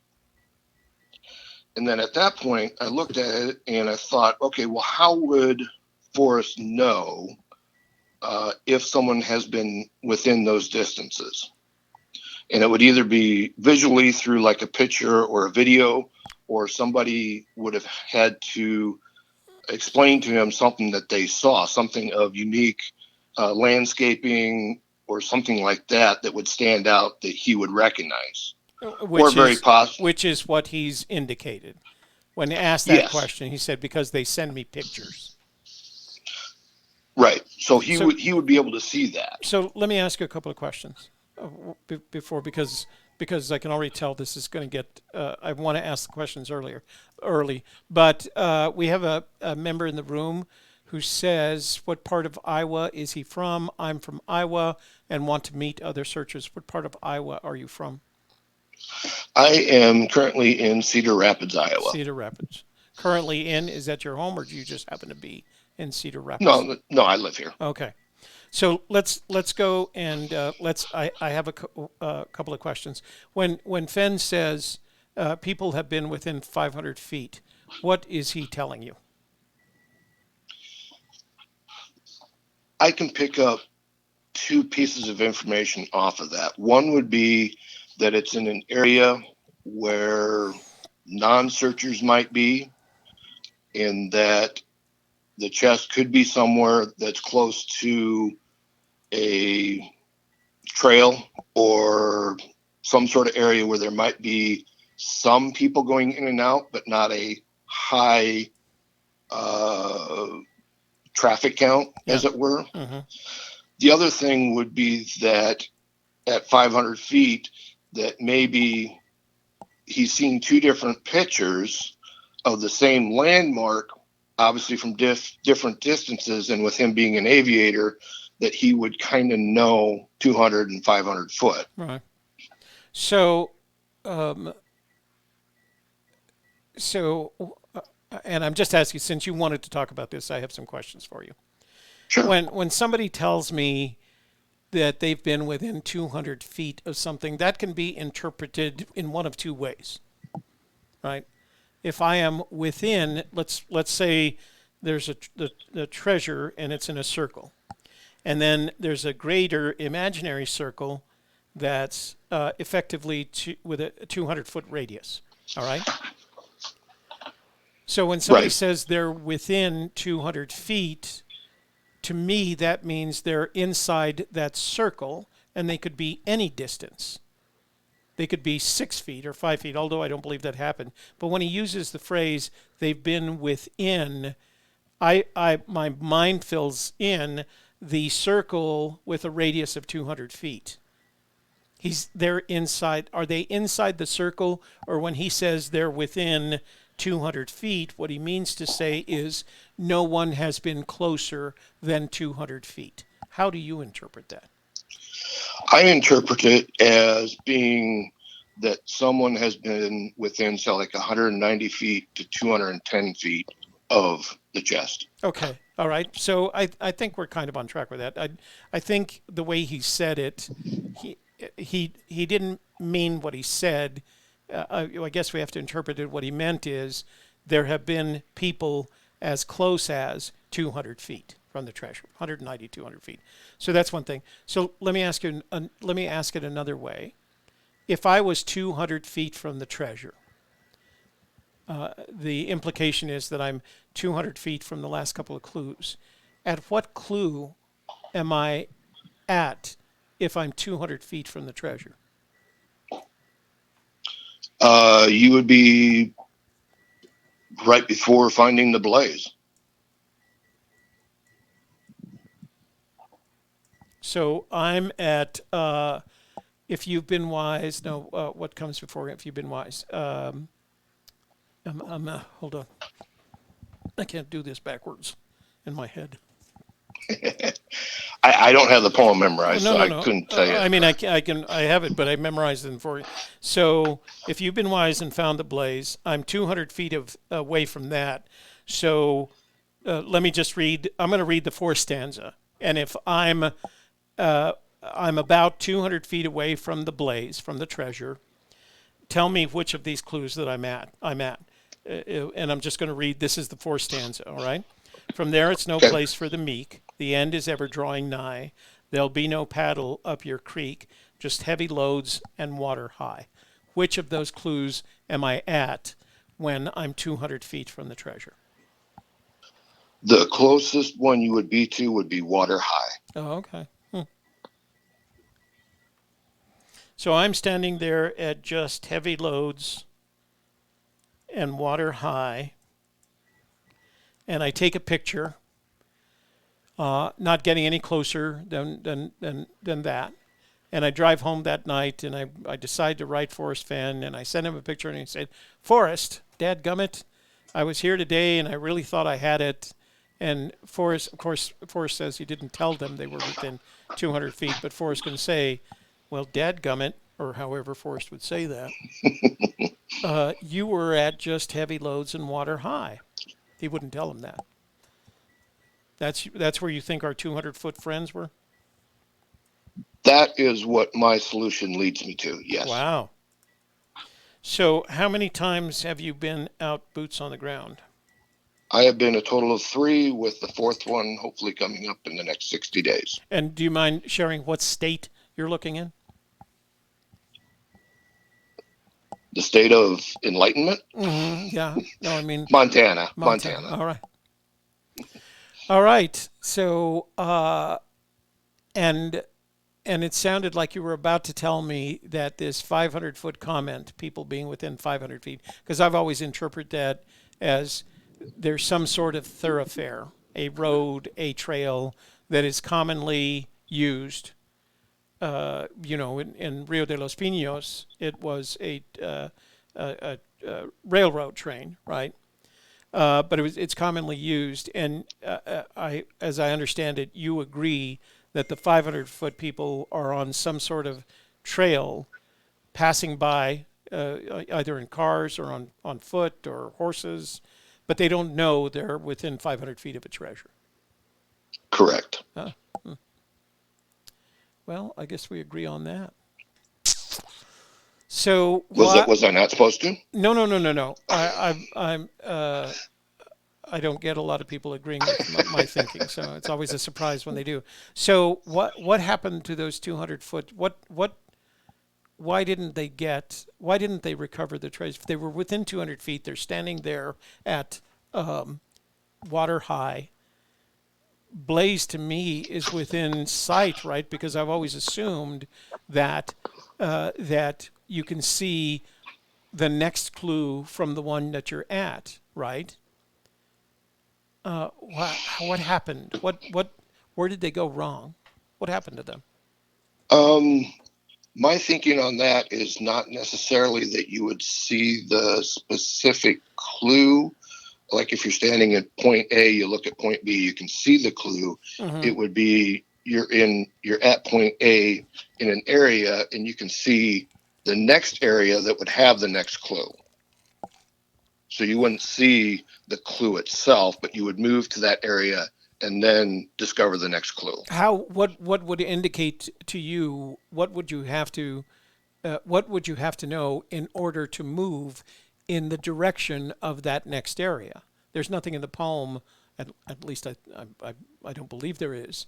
There's, because if you're standing at, let's say again, you're at 200 feet, you're at water high, and you can head in any of 360 directions from water high. How do you know which of those directions to head towards the blaze if you can't see something that looks like a blaze? In my research, I have found 2 hints in the book, Yeah. The Thrill of the Chase. Mm-hmm. And with the poem as well, there are numerous landscape references in there. For instance, the obvious one, No Paddle Up Your Creek, that is a reference to a creek. From there, the water high is also another physical location Mm-hmm. that you would be at. To, for me, the water high would be, I guess, if you want to call it clue number 7. Clue number 8 for me is If You've Been Wise. Once you get that resolved, as I found a resolution to my solution for it, it then gets me to the next area where I believe the blaze would be. So let me ask a couple more questions. Are the clues? How many of the clues are represented by physical landmarks? Maybe not necessarily identifiable on a map, because I don't think there's a map with enough resolution. I think you have to be boots on the ground. But how many of the 9 clues are represented by physical landmarks? Let me pull up the poem and look at it. Okay. I apologize for the short memory. Let's see. 1, 2, 3, 4, 5, 6, possibly 7. So, what, if you don't mind me asking, do you believe is your first clue? Begin at where warm waters hold. And what do you believe is your last clue? The blaze. All right. So, not necessarily look quickly down your quest to cease. No. Okay. No, that. All right. That, so let's say there solution are is 9 number 8. clues, and I ask this question a lot. Of the 9 clues, of your 9 clues, which of them are literal and which of them are metaphorical? As they reside in the poem, not as they reside on a map. Right. Let's see.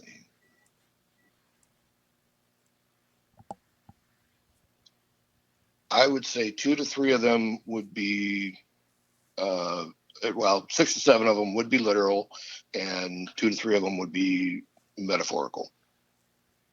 Because this is a poem by Fenn, so it could be a Fennism where he has 2 different non-contradictory meanings to it.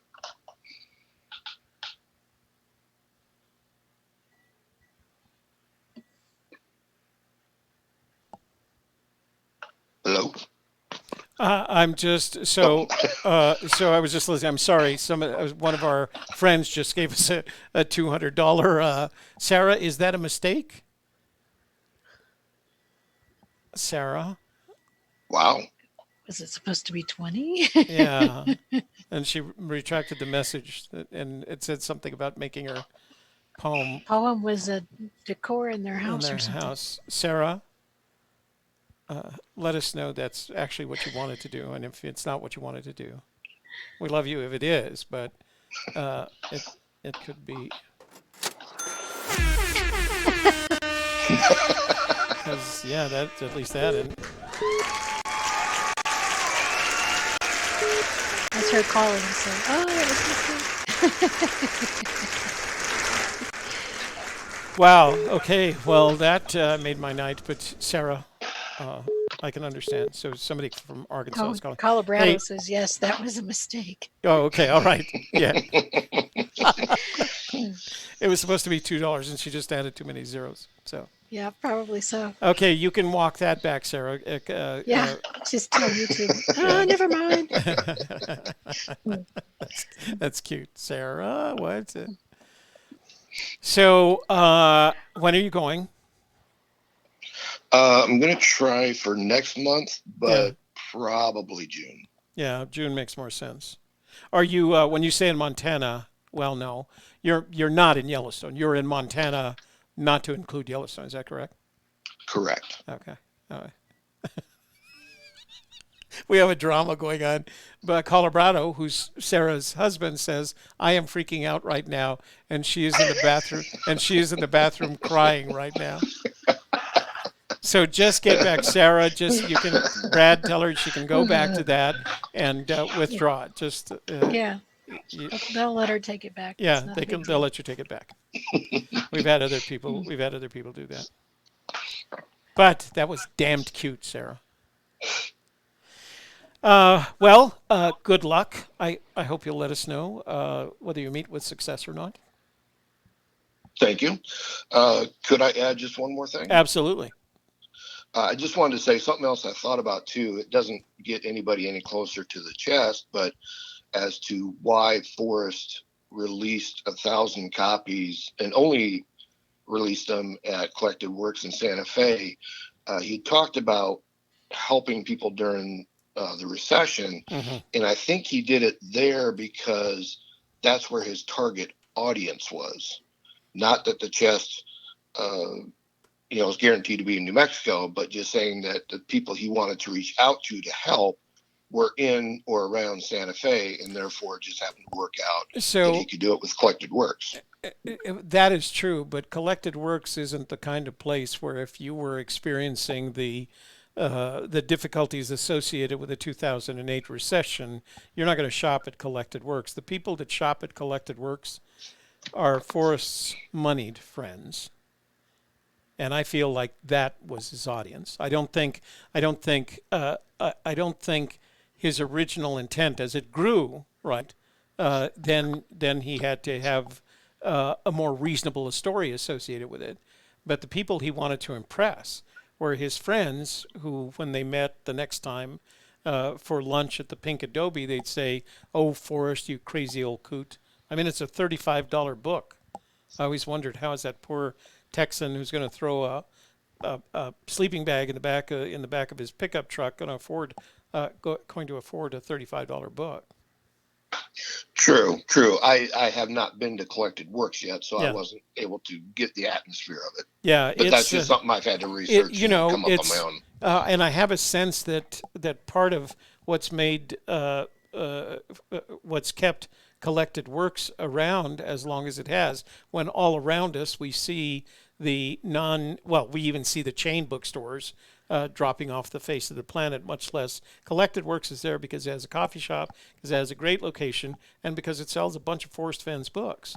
And there are a number of writers in Santa Fe, from Scott Momaday to Douglas Preston to Michael McGarity, all of whom can show up at any time at Collected Works to do one of their signings, book signings, etc. I mean, Santa Fe, people don't like to talk about it, but it's a money town. There's a high per capita. I remember reading the per capita value, not income, but value in Santa Fe, and it's higher than average. Way higher than average. There's a lot of money in Santa Fe. Okay. I didn't get much. Not something I hadn't researched. Yeah. So. Take a look at it. It's worth visiting the town just to get a feel for it, and you could understand the reason I think Santa Fe struck Forrest's fancy is because when you live in the area that he lives in, and you spend time in the area that he spends time in, so there's these narrow streets surrounded by, ancient, and I mean, the chapel that I used to sing in is 400 years old, and you could go to the Pink Adobe when it was still there, and it was in a building that was a National Historic Monument because it was so damned old. So I think that's the part of Santa Fe he liked. It has a lot of character, and then there's the art scene, and then it's dominated because it's also the state capital, Santa Fe. but it attracts a lot of moneyed tourists. I used to attend an event every year in February, and it was called what was it called, Shelley? That thing at the end of February? Cascarones? No, the art feast. Oh, Art Feast. And it was the last week in February, and it was sponsored by the Santa Fe Gallery Association, and they would combine food and art and giveaways and things like that. And I remember sitting in a dining room at what's that classy hotel up on top of the hill? Anyway, they had one of their events there, and I had been invited because I was donating a $30,000 documentary. Whoever won it would donate the documentary to a nonprofit, and I was invited to be there. I was sitting there at a table with 10 other people, and I was watching people bidding on art into the hundreds of thousands of dollars for this charity. They used it to give art supplies to the children in Santa Fe. And it never ceased to amaze me how much money passed hands on those nights. And then the next day they did a breakfast at the Masonic Temple. So that whole weekend, there was hundreds of thousands, if not millions of dollars changing hands in Santa Fe over a single weekend.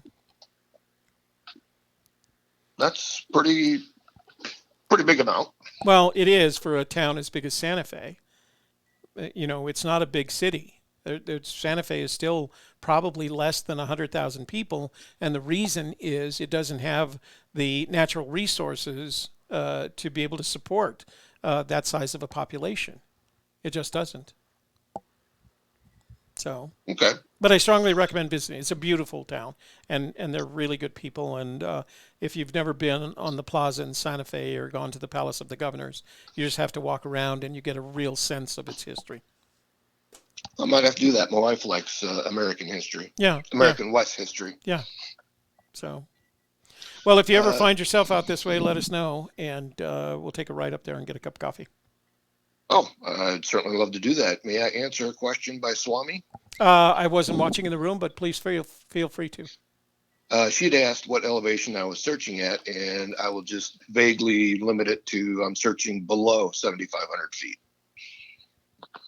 Searching below 7,500. Yes. Okay, well. Mark Darling wants to know, Shelley, any luck disabling Toby's soundboard? I'm not in the same location. Yeah, she's in the same. So let me, I'll wait till we're done, John, so I can show folks what I've done. All right. Okay. All right, thank sir. you for your time. Well, thank you for really calling appreciate in. You had to get in touch with Because I Can, because he said he was from Iowa, too. Maybe you guys could get together. Okay, I will try and do that. All right. Thanks. All right, sir. You have a good evening. Good night. Bye now.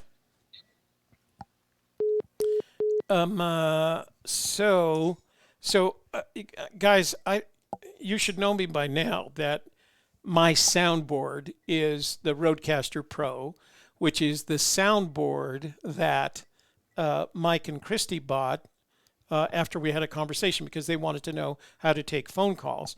The Rodecaster is very different from your traditional Behringer mixers. Those tend to be analog based. They have a little bit of digital capability. The advantage to the Rodecaster is it's completely digital. My soundboard is just sitting here on my opposite screen. It's sitting here on my iPad. That's where all that stuff is coming from.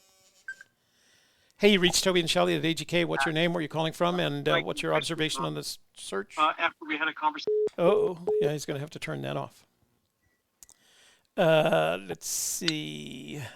8 minutes left. Why the heck? Oh, I got a couple of text messages I got to deal with. Oh, voicemail. Let me see. Hey, Toby. Give me a call if you can. This is Roy. All right, Roy. Well, we'll just finish it up with Roy. As Lawrence says, Roy gets the last word. Let's give Roy a call.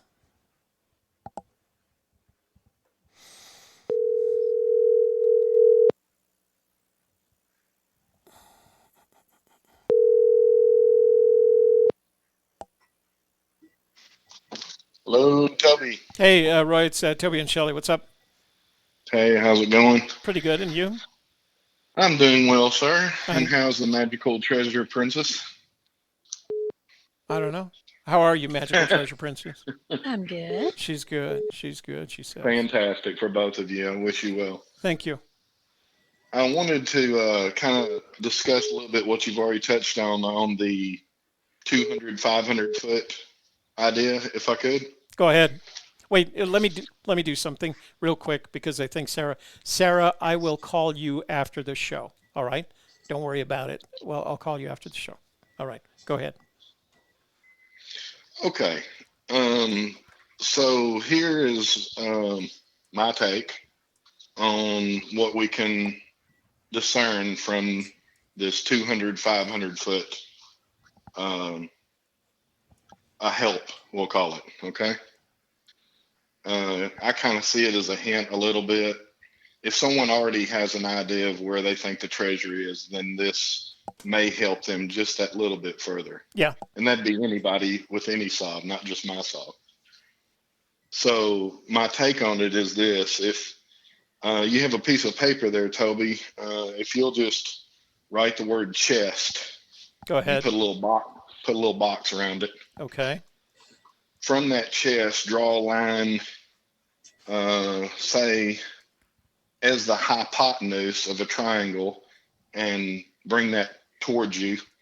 Okay. So the hypotenuse of the triangle, if I triangle. divide the box that I wrote around chest, is that correct? Yes. Make the hypotenuse from the chest, the little box you put. Yeah. We'll call that the treasure mark. And the 500 feet, just bring a line as far as you want it to you, and put a little dot there. Okay. Okay, and then draw another line down from the chest, so that the next line we draw between the dot you did at the end of 500, and bring a small line down and mark that 200 feet. All right. I've got that. Okay. Now we'll connect the two dots and we'll mark that 300 feet. Okay. And the reason is because of the right triangle. Right. A squared, B squared equals C squared. A squared plus B squared equals C squared. There you go. The Pythagorean Which theorem. gives us, exactly. And that gives us the 200 feet of the searcher. So that second dot is where the searchers were. Okay. Not in my theory, but in Force's conception of his description. Right. The first dot, I want you to write beside that, write visual. Okay. Okay. Got it. Now I'm going to try to put this together. The people that were within 500 feet did not necessarily know they were within 500 feet of the treasure. Did they know that so let me ask for clarification on that. Did they know that they were within 500 feet of a treasure? I don't think they knew knew of the treasure, right. period. So they knew nothing about the treasure. They were simply Correct. Civilians passing by within 500 feet. That is correct. I agree with that. Okay. Got that. And the reason, and some of the reasons that might be is for plausibility's sake. It's not someone driving by on a road, more than likely, but it's almost like someone has stopped and parked and they're taking a break, and the reason I said mark that dot visually is because I believe the 500 feet of these visual people within the treasure, they are looking up in elevation of 500 feet.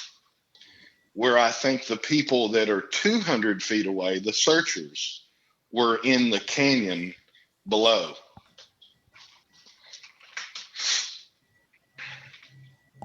If the people that are 500 feet away knew that there was a treasure within 500 feet. Could they have any indication as a result of clues? Could they see the blaze? So they can't see any of this. So they're In fact, completely isolated from any sense that there is a treasure out there. Yes, these are oblivious. They're not us. Right. They're not seekers. They're not palm They readers. just happen to be sitting there eating a sandwich, waiting for the next bus to come by. Or taking a break. Yeah.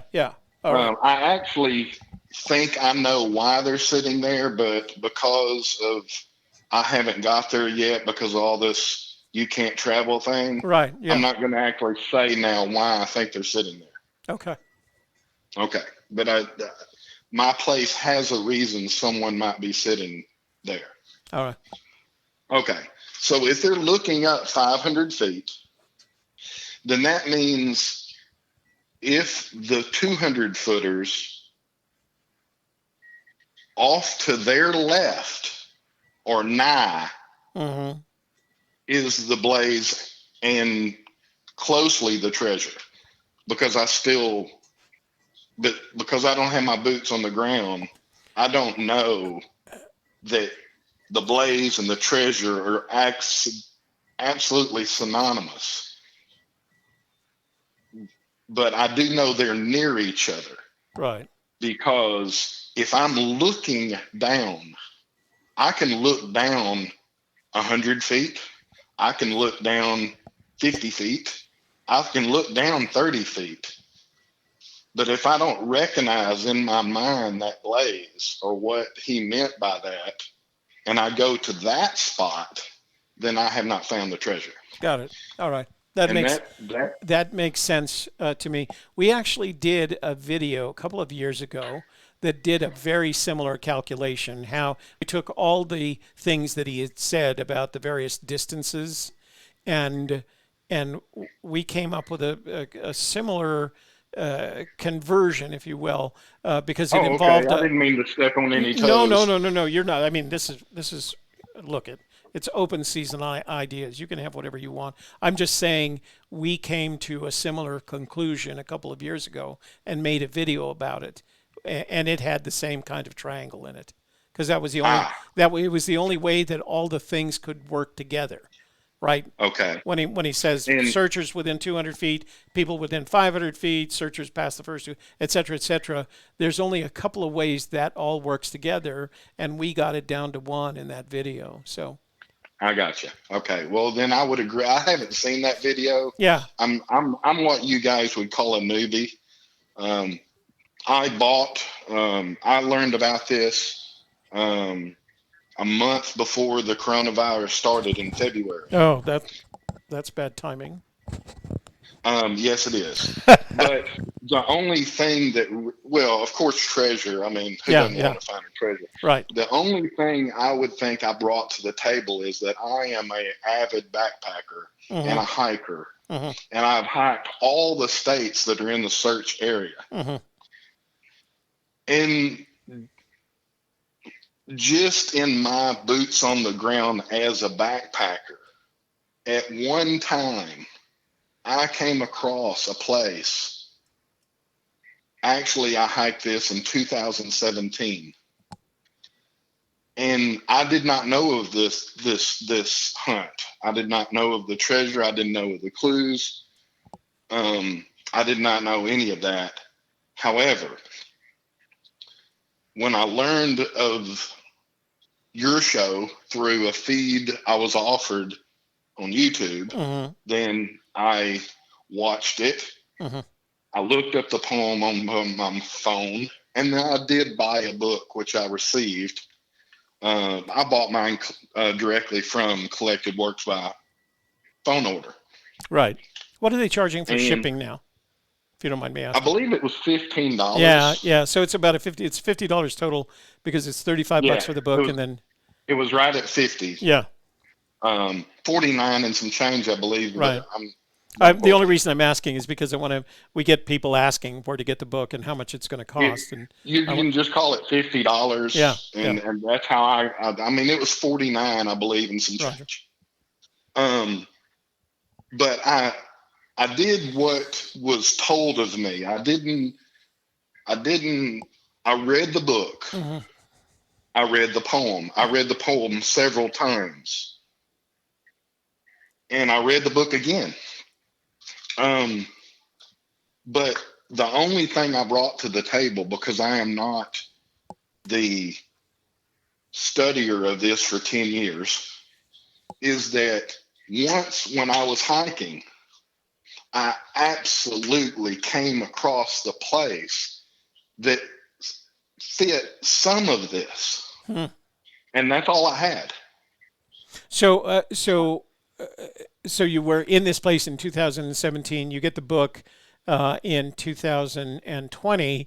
You read the book, and the memory of that place in 2017 comes back. How did you make that Absolutely connection? jumps off the page. Oh, really? It jumped off the page at Warm Water's Halt. Uh-huh. I can give up some things without giving away my location. To me, my interpretation of Warm Water's Halt was a thermal feature, a thermal hot water, which I did come across. Well, I mean, that was one of my passions of actually hiking and backpacking, is going to hot springs all in those areas. That was one of my main drives, not my only, because I take a lot of photos. You and Wonder Hussy, apparently. And I also began a national holiday. I'm not super famous. I'm semi, I guess, a tad, but that would be called National Backpackers Day. Oh, okay. It's on July 17th, and it is a holiday that I created because of the funny experience I had when listening to National Days one day on Facebook about Coffee Day and Donut Day and all this other. And me being a backpacker, I was like, where's National Backpackers Day? And there wasn't one. I did some research, and so I started it. Well, conveniently, July 17th is my daughter Ryan's birthday. That is fantastic. So we'll celebrate her birthday and National Backpackers Day at the same time. We absolutely can. I'd love to meet you sometime. We look forward to it if you ever find yourself in this area. We're not searching in Montana, but if you find yourself out New Mexico way, maybe if you're on your way from Arkansas to Montana, come through New Mexico. Arkansas is my cell phone number. Oh, okay, all right. I work with fiber optic cable to establish the internet so that people can have the internet. I travel the entire country. I will be leaving probably shortly when some of these mandates calm down. Well, I don't understand why we all don't have fiber optic internet. We should. Because they do. We're working on it. They do in Europe, in countries as small as Estonia, and I've never heard. I never understood why America, who should lead the world in these matters, doesn't. All right. Frustrates me. So going back to the poem, if I have any time left, it's up to you. You're the boss. Well, I'll tell you what. We're going to call it because we're after 9 o'clock, and I got you. Just hold on to those thoughts, and then call me tomorrow. Sure. We've got a show tomorrow night called Church of the Search, and we can talk again. We can do that. All right. Okay. All right, sir. I appreciate you calling in. We look forward to hearing from you. You have a good evening. You too. Thank you. So we had a couple of call-ins and voicemails, but I'll take care of those later. Hell, let me turn off the phone. Phone lines are down. Phone lines are off. But wow, interesting conversations tonight, huh? A lot of new searchers with some thinking, trying to go through that phase where you're trying to figure out what he says when it's 200 feet and 500 feet. I was really impressed. It looks like the neat thing about new searchers is they're not coming at you with a far out theory. They're coming at you with a reasonable. It's a small distance. It's not. That was what I got out of these searchers tonight.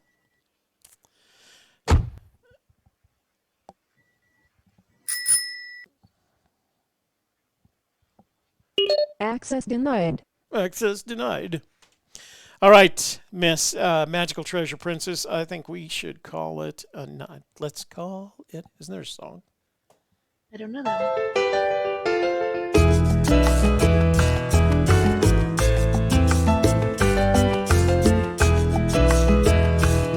Dance for me, mi preciosa.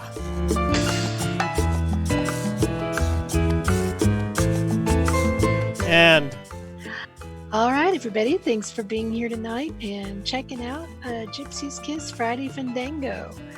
We appreciate you, and thank you all for being here and sending us emails and sending us texts and voicemails and calling in, and it wouldn't be a show without you. And for Friday Fenndango, Gypsy's Kiss, I'm the Magical Treasure Princess, life coach to the rich and famous, Shelley Carney.